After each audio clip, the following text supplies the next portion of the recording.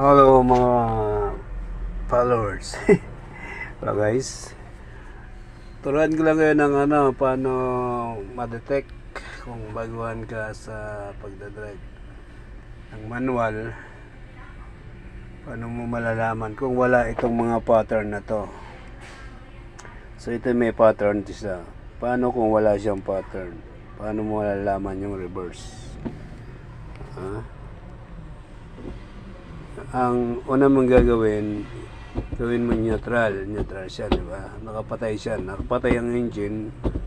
Tapos check mo yung yung bounce ng spring para malaman natin kung saan yung i-push natin sa kanan, naka-neutral siya, malakas din.